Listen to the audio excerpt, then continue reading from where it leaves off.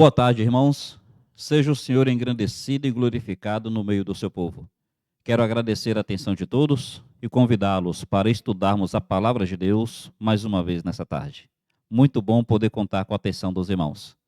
O tema do nosso estudo segue aquela proposta inicial, aprendendo da presença de Deus. Então, nós começamos esse estudo e nós já trouxemos aqui algumas abordagens. A primeira foi considerar o que é a presença de Deus. E nós consideramos que a presença de Deus tem aquele aspecto da onipresença. Deus está em todos os lugares porque Ele é onipresente. Então, Deus está naquele local porque é da natureza dele, é do seu atributo estar em todos os locais. Só que a gente estudou um aspecto especial, que eu chamo de presença relacional de Deus. É quando Deus está num determinado local, não porque Ele é onipresente, mas Ele está ali para se relacionar com o homem, se relacionar com o indivíduo. Deus está ali por tua causa. O salmista disse assim: quando eu andar pelo vale da sombra da morte, não temerei mal algum, porque tu estás comigo. Quer dizer, não é porque ele está no vale da sombra da morte, porque ele é onipresente. Ele estará no vale da sombra da morte, porque o salmista estaria ali. Então é a presença relacional de Deus. É quando Deus se manifesta, ele manifesta a sua presença para se relacionar pessoal, individual, intimamente com a pessoa. E, meu irmão, isso é maravilhoso. Saber que Deus ele está aí com você não é apenas porque ele é onipresente, o que já é maravilhoso. Saber que Ele está ali exatamente para estar com você é a presença relacional. E depois que a gente entendeu isso, a gente falou sobre as tendências que o homem tem para lidar com a presença de Deus. E a primeira tendência a gente viu com Adão, a gente viu com Caim, que é a tendência de se esconder da presença de Deus. Fala que Adão, quando pecou, se escondeu da presença de Deus.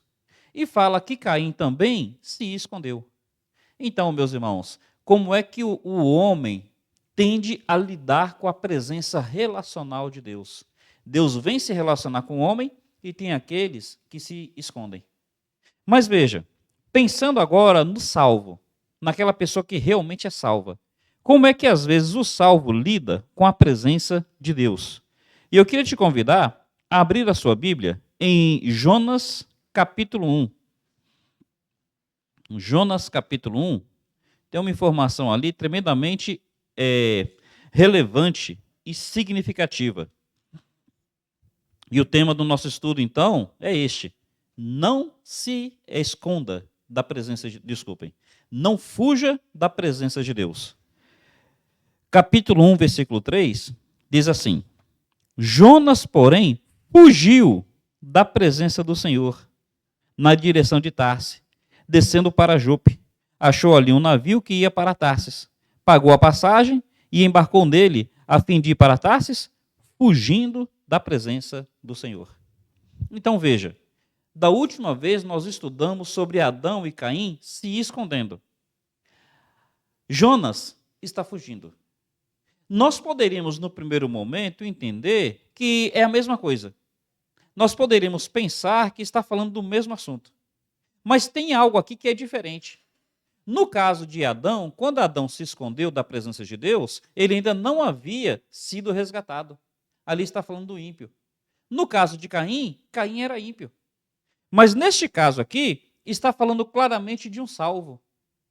No caso de Adão e de Caim, está falando da tendência do coração pecador não querer confessar o seu pecado.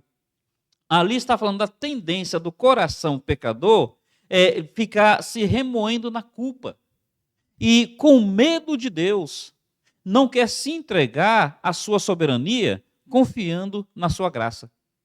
O esconder-se ali está associado a este conceito. Neste caso aqui, não está falando de um ímpio. Está falando de um servo de Deus. Jonas é profeta. Jonas é um servo do Senhor. E aqui está dizendo que Jonas, ele sabe claramente o que Deus quer dele. Ele andava na presença de Deus. Mas aqui, quando fala de fugir da presença de Deus, está associado ao homem ele, servo de Deus, saber qual é a vontade de Deus, mas não querer praticar a vontade de Deus, não obedecer a Deus. Meus irmãos, às vezes nós fugimos da presença do Senhor porque nós não queremos fazer aquilo que Deus deixou claro que é para fazermos. Tem muito crente nas igrejas que estão fugindo da presença do Senhor. São muitos os maridos que fogem da presença do Senhor porque não querem ser o marido que Deus falou para eles serem. São muitas as esposas, muitos os pais, muitos os filhos. Que o Senhor tenha misericórdia. Que eu não seja um pastor que fuja da presença de Deus, que me negue a fazer aquilo que Deus disse que deve ser feito. Então, meus irmãos, vamos aqui aprender quais são as lições que a gente pode tirar desse texto, dessa ideia de fugir da presença de Deus. Como é que nós fugimos? Como é que nós fugimos? Quando nós ficamos resistindo a alguns aspectos da vontade de Deus, achando que a nossa vontade é melhor que a do Senhor. A gente conhece um pouco a história de Jonas. O que a gente sabe? Deus manda Jonas ir pregar a Nínive. Nínive, capital da Síria. A Síria era a grande inimiga de Israel. Tanto é que quando Israel é levado cativo, Israel, reino do norte, do qual Jonas era profeta, quando Israel é levado cativo, quem é que leva Israel cativo? A própria Síria, da qual Nínive é a capital. Então Jonas não queria a conversão de Nínive, porque Jonas via em Nínive a grande inimiga de Israel. Então Deus está dizendo, olha, vá lá e prega para Nínive. E Jonas fala, se eu pregar para Nínive, Nínive se converte. E se Nínive se converter, Deus não vai destruir Nínive, e Nínive vai destruir Israel. Percebe a lógica de Jonas? Jonas está raciocinando, e dentro do seu raciocínio, a vontade dele é melhor que a vontade de Deus. Na lógica de Jonas, é melhor que não aconteça do jeito que Deus está dizendo, porque para Jonas não seria o melhor. Meu irmão, o quanto que isso é comum nas nossas vidas. Por exemplo, vamos pensar em namoro. A Bíblia diz para não haver julgo desigual do crente com o incrédulo. E aí aparece aquela pessoa que é uma pessoa de várias qualidades, aquela pessoa que atrai os olhos, que fala ao coração, só que não é serva de Deus. O que acontece conosco? Nós começamos a achar que a nossa vontade vai ser melhor que a vontade de Deus. A gente fica pensando, puxa, se eu abrir mão desse relacionamento, eu vou ficar sozinho. Se eu abrir mão desse relacionamento, pode não aparecer uma pessoa tão legal quanto esta. Pode não aparecer alguém que eu venha gostar tanto. E aí a gente fica negociando com a nossa vontade e a gente foge da presença de Deus. Finanças, dinheiro. Se a gente for assumir compromisso real com a obra, dízimo, oferta, a gente fica pensando, puxa, mas se for desse jeito, vai faltar dinheiro no meu orçamento. Se eu tiver que abrir mão de alguma coisa, eu vou ter que abrir mão da academia. Eu vou ter que abrir mão daquele lazer, eu vou ter que abrir mão daquela outra coisa. Então é melhor não praticar a obediência por meio do dízimo e da oferta. E a gente foge da presença de Deus na hora de sermos fiéis com dízimo e com oferta. Meus irmãos, a gente foge da presença de Deus quando a gente precisa ter um compromisso com a igreja local. A gente começa a raciocinar, não, mas espera aí, não é bem por aí. Não, olha, eu já fui de manhã, não preciso ir de noite. Não, mas espera aí, eu também tenho minha faculdade, eu tenho meu curso, eu tenho meu trabalho, eu chego em casa, eu tenho que cuidar das minhas tarefas. Olha, a dona de casa já trabalha fora, semana é puxada. Percebe, meus irmãos? Sem colocar peso em nenhuma dessas situações e em nenhuma dessas pessoas. Mas é para cada um de nós pensar como é que é natural do nosso coração querer achar que a nossa vontade é melhor que a vontade de Deus. Que a nossa lógica está acima da lógica de Deus. Então, nós fugimos daquilo que nós sabemos que Deus espera de nós. Infelizmente acontece. E eu vou insistir em dizer, a presença de Deus é maravilhosa. A presença de Deus é a maior promessa da Bíblia. Cristo disse para aquele homem na cruz, hoje estarás comigo no paraíso. Não é só que estará no paraíso, é que estaria com ele. É a promessa mais preciosa. Cristo diz assim, quando eu for e vos preparar lugar, virei e vos buscarei para mim mesmo. Não é só para estar no céu, é para estar com Jesus. Meu irmão, a presença de Deus é maravilhosa. Não fuja dessa presença. Não deixe que o seu coração impenitente, seu coração duro, não deixe que a sua vontade pecaminosa te tire da presença de Deus. Um aspecto para a gente considerar é o preço de permitir que coisas que estão fora da presença de Deus traz à sua vida. Veja o que vai acontecer. Nós conhecemos um pouco a história. Jonas entra no navio e Jonas está fugindo da presença de Deus. O navio está seguindo o seu curso normal. O navio não tem culpa. O capitão do navio não tem culpa. E os marinheiros não têm culpa. Mas porque o navio está tendo alguém que foge da presença de Deus? Porque o capitão permitiu no seu navio alguém que estava fugindo da presença de Deus? Porque os marinheiros estavam relacionados com alguém que fugia da presença de Deus? A tempestade veio sobre todos. A tempestade veio sobre o navio, veio sobre o capitão, veio sobre os marinheiros. E aqui é uma aplicação. Cuidado quando você permite pessoas e coisas que estão fora da presença de Deus na sua vida. Cuidado. A tempestade que era para ser só para ele, acaba vindo para você também. A tempestade que era para cometer apenas ele, acaba cometendo você também. E aí você pode pensar assim, qual é a culpa que eu tenho disso? Olha, nós precisamos realmente considerar essas verdades. De repente eu estou permitindo coisas que estão fora da presença de Deus na minha vida. E isso traz consequências para mim. Eu estou me relacionando com pessoas que estão fugindo da presença de Deus. A pessoa é rebelde, eu estou me relacionando com ela, amenizando a sua rebeldia. A pessoa é blasfema, eu estou me relacionando com ela, amenizando a sua blasfêmia. A pessoa é desobediente, eu estou me relacionando com ela, amenizando a sua desobediência. Cuidado. Talvez a tempestade que é para vir sobre ela acabe atingindo você também. Pensa bem acerca disso. No caso do barco, foi por inocência. Às vezes acontece conosco por inocência, que Deus use de misericórdia. Mas às vezes, e na maior parte das vezes, acontece conscientemente. No caso de Jonas, Jonas vai aprender que quando ele foge da presença de Deus, ele está trazendo tempestade sobre a sua vida.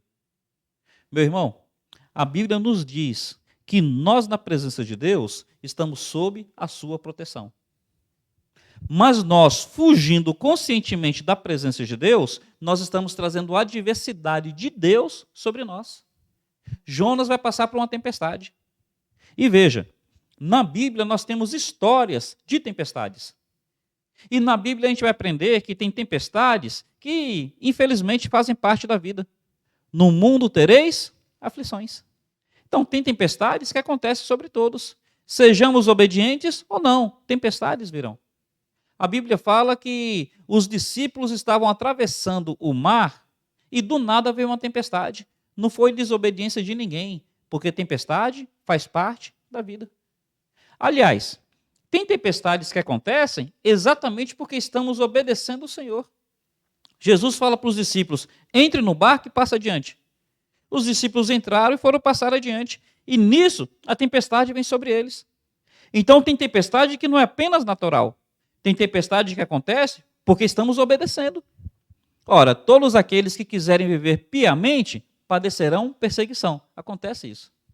Mas no caso de Jonas, a tempestade foi exatamente por desobediência. E, meus irmãos, quando a tempestade é algo natural, é triste. Mas pelo menos a gente sabe que não é culpa nossa.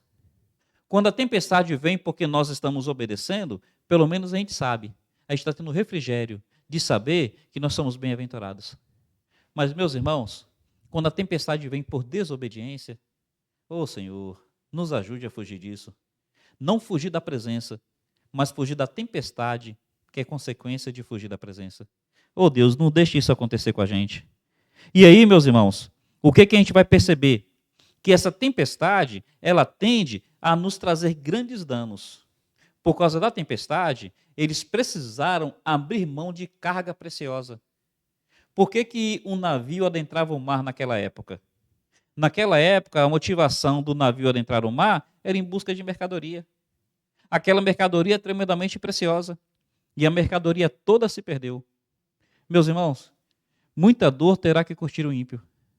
Muita dor, porque ele desobedece ao Senhor. Outra coisa, o barco chegou ao ponto de quase se despedaçar. Quase se despedaçar. O texto é claro em dizer isso. Meus irmãos, tem pessoas que estão despedaçando o casamento delas, porque estão fugindo da presença de Deus. Estão despedaçando o emocional. Estão despedaçando a comunhão com Deus.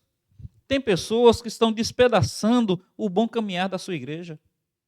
Oh, meu irmão, considera isso. Traz a sua memória, traz a sua reflexão. E nisso daqui, meus irmãos, nós precisamos pensar o seguinte. Tem pessoas que parece que precisam chegar ao fundo do poço para escapar da tempestade. Tem pessoas que parece que precisam chegar ao fundo do poço para voltar para a presença de Deus. Poxa, não precisava acontecer tudo isso. Jonas precisará ser lançado no mar. Jonas precisará ser engolido por um peixe. Jonas precisará estar ali com aquelas entranhas do peixe. Meus irmãos, o filho pródigo precisou comer comida de porco. Davi precisou chegar ao ponto que chegou. Por favor, Sansão precisou ser preso, ser cego, ser escravizado. Será que nós vamos ter que chegar ao fundo do poço para voltar para a presença de Deus? Não deixe isso acontecer com você. E aqui, algo mais para a gente considerar acerca disso. É triste que tem pessoas que elas são insensíveis às tempestades que vivem. Percebe que Jonas, ele fugindo da presença de Deus, ele tomou para si uma postura de insensibilidade tal que a tempestade acontecia e ele ficava dormindo? A insensibilidade, ele estava insensível à condição espiritual dos ninivitas. Por ele, os ninivitas iam para o inferno. Ele estava insensível à vontade de Deus. Ele não queria obedecer o Senhor. E ele ficou insensível à tempestade que estava cometendo o barco no qual ele estava dentro. A insensibilidade. Tem pessoas que ficam insensíveis ao seu casamento, a esposa está sofrendo, ele não está nem aí. A família, os filhos estão sofrendo, ele não está nem aí. Insiste no adultério, insiste na má conduta. Meus irmãos, tomemos cuidado. Insensibilidade, que coisa terrível. E aí, meus irmãos, o que a gente vai perceber aqui? A gente vai perceber que há passos específicos para que nós voltemos para a presença de Deus. Que o Senhor nos ajude a dar esses passos. Há passos específicos para que nós voltemos para a presença de Deus. E aqui, em primeiro lugar, vamos identificar o que está tirando a gente dessa presença. O barco ali, o navio, jogaram a carga fora, não resolveu. O pessoal começou a clamar aos seus deuses, não resolveu. E aí, então, eles vão lá no porão. O texto fala que Jonas estava dormindo lá no porão. A gente fica pensando que o problema está no convés, que o problema está na superfície, só que o problema está lá no fundo, está lá internalizado no coração da gente. Meus irmãos, às vezes a gente quer tratar os ramos, mas o problema está lá na raiz. Nós precisamos ir lá no porão. Chegando lá no porão, o capitão encontrou Jonas adormecido. Olha, de repente o que está me tirando da presença de Deus está adormecido lá no meu coração. Está tão confortável que dorme tranquilamente apesar da tempestade. De repente, o que está me tirando da presença de Deus está ali guardado. E eu estou achando que está esquecido. Pode estar esquecido de mim.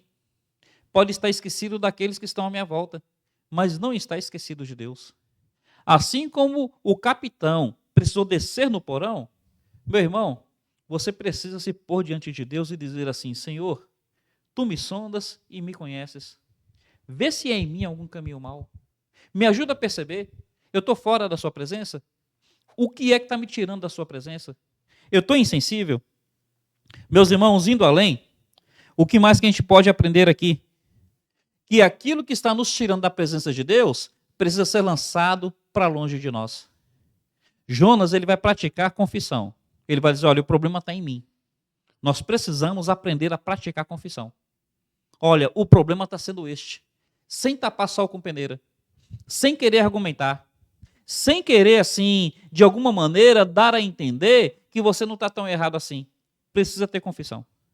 E nessa confissão a Bíblia diz assim: quem cobre a transgressão jamais prosperará, mas quem confessa e deixa.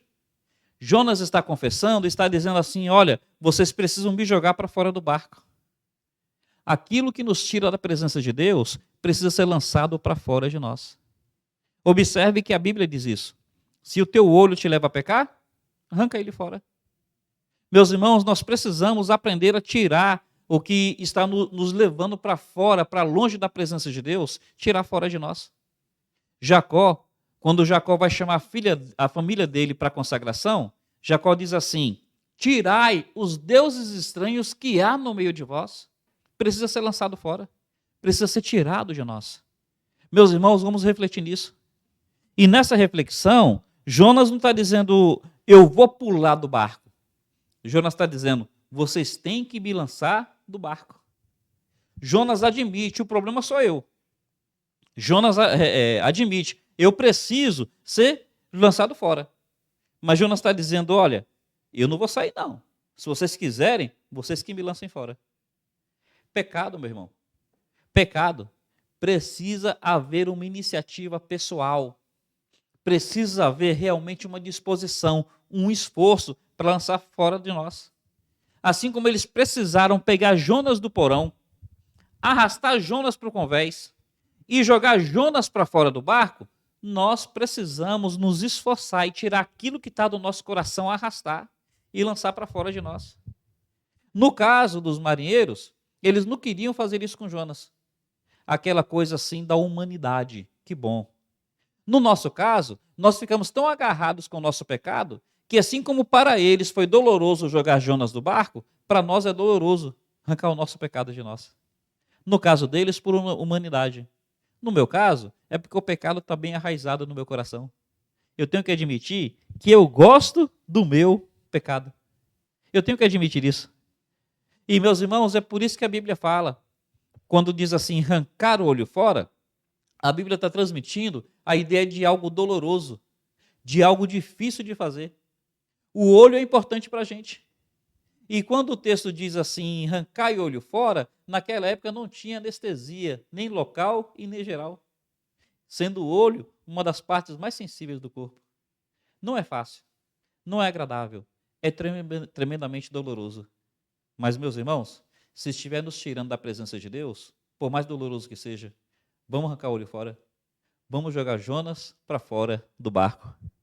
E, em último lugar, o texto diz que depois daquilo, aqueles homens temeram profundamente. O texto fala em extremo. Temer ao Senhor, fizeram votos e alianças com Deus. Meus irmãos, nós precisamos voltar para a presença de Deus numa atitude de temor. Temor extremo. Temer profundamente ao Senhor.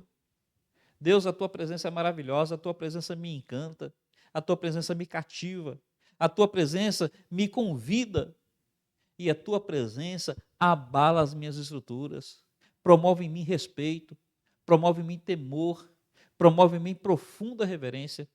Eles temeram profundamente ao Senhor. E o texto fala que eles fizeram votos e alianças. Vamos fazer votos a Deus, vamos renovar nossas alianças, vamos dizer ao Senhor assim, nada, nem mesmo a morte vai me tirar da tua presença, Deus. Vamos dizer para o Senhor, Deus, olha, ainda que o Senhor me mate, é no Senhor que eu confiarei. Vamos renovar nossa aliança e vamos fazer votos a Deus. Meus irmãos, nós precisamos de comprometimento. A presença de Deus é o que há de mais valioso no céu e na terra, no tempo e na eternidade. E porque é tremendamente valioso, vamos fazer aliança, vamos fazer voto, vamos considerar isso. Não fuja da presença de Deus. A presença do Senhor é a maior promessa da Bíblia. Não é a presença apenas porque Ele é onipresente, porque sendo Ele onipresente, não dá para fugir. É a presença relacional. É quando Ele vem a nós para se relacionar individual, pessoal, intimamente conosco.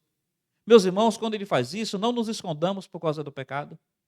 Quando Ele manifesta a sua vontade, Ele está dizendo, olha, eu estou me relacionando com você, Jonas. Eu estou mostrando para você a minha vontade, é o que eu quero para a sua vida, é o que eu quero fazer através de você. Meus irmãos, diante disso, não fujamos da presença relacional dele, da presença intencional, proposital. Digamos assim: Senhor, estou aqui para fazer a tua vontade. Foi o que Maria falou para o anjo. Que o Senhor cumpra a vontade dele na vida de sua serva. Foi o que diz no Salmo 40. No livro da lei está escrito sobre mim: agrada-me fazer a tua vontade. Meu irmão, nos disponhamos e que mais e mais da presença de Deus se manifeste na vida do seu povo. Louvado seja seu precioso nome, que a bondade de Deus seja sobre a sua vida, que o Senhor se agrade em manifestar mais da sua presença. Muito obrigado, que Deus os abençoe, um carinhoso abraço.